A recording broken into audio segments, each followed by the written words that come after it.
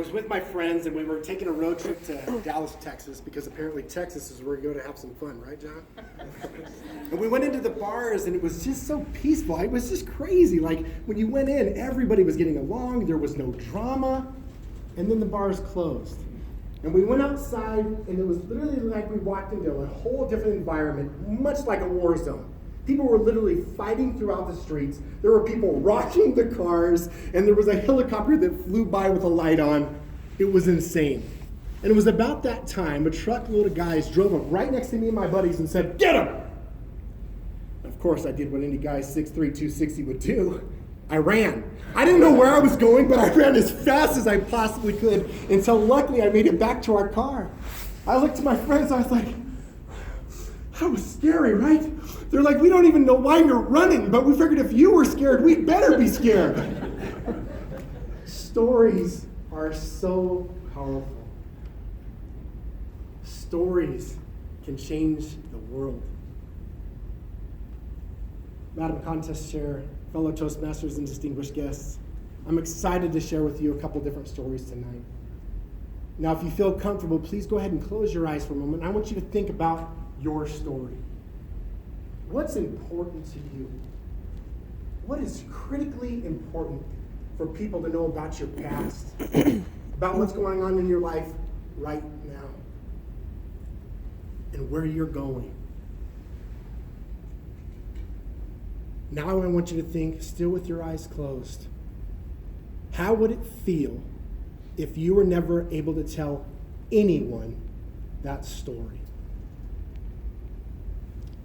You may open your eyes now, there are millions of people out there that aren't able to tell their stories. And the people that I want to focus on here today are those with special needs. I'm passionate about this topic because of the work that I do, and also because I have a son with autism, and I've seen him struggle through life to do things that you and I take for granted maybe. For example, he wasn't even able to say a word until he was 4 years old.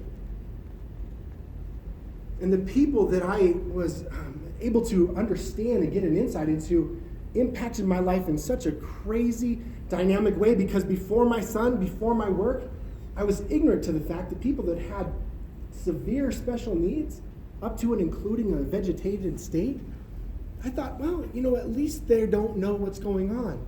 At least they can't feel this miss and this gap in their life. And it couldn't be more wrong.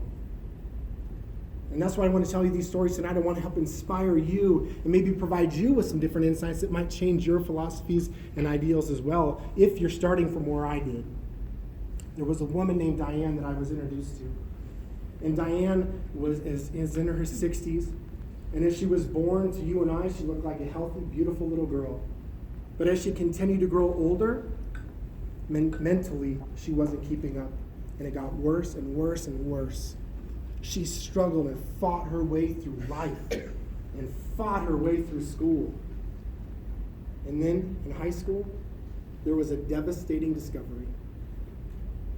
She had been sexually assaulted by her parents.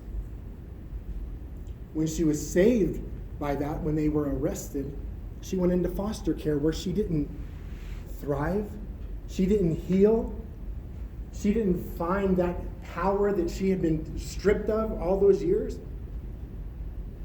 It was an uphill battle for the rest of her life. Now, why do I tell you that horrible, heartbreaking story? Well, here's why. If you're comfortable, go ahead and, except for the front row, everybody stand up for a moment. I counted those of you in this room, and this basically represents 83% of this room. 83% of women that have special needs will be sexually assaulted in their lives.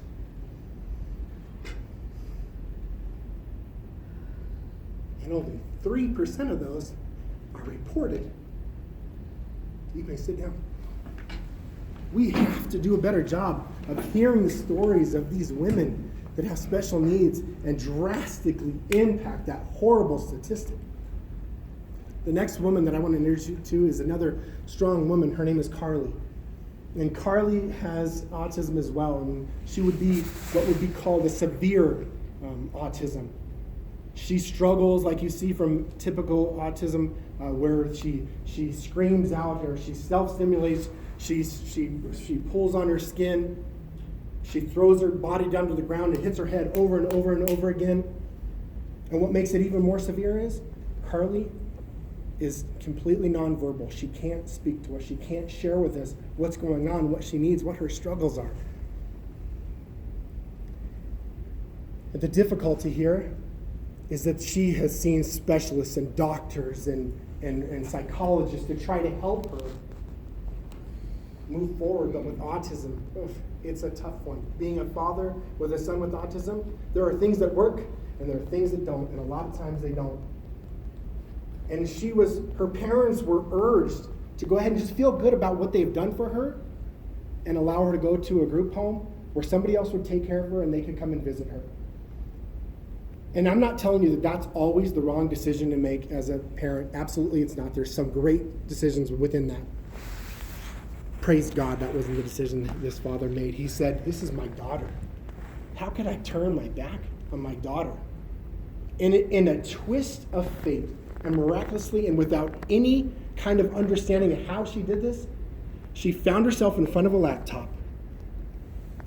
And letter by letter by letter, started to share her story. Nobody taught her how to type. Nobody even thought that this was a possibility. The first thing she typed was hurt. The second thing she typed was help. She began to type her story out. She said to everyone that was watching, I have autism, but that doesn't define me. Get to know me before you judge me. She says, the reason why I hit myself on the ground and pull at my skin and cry is because I feel like I'm a can of soda that you just shake up and I feel like I'm going to explode, and it's the only thing that makes me feel good. She said, I just want to go to school with normal kids, which is a horrible statement. But I want to go to school with normal kids and not have them be scared of me. She said, Dad, I thank you for believing in me. We can make a difference in people's lives if we can take the time to understand their stories, invite them into our worlds, and just believe in them a little bit.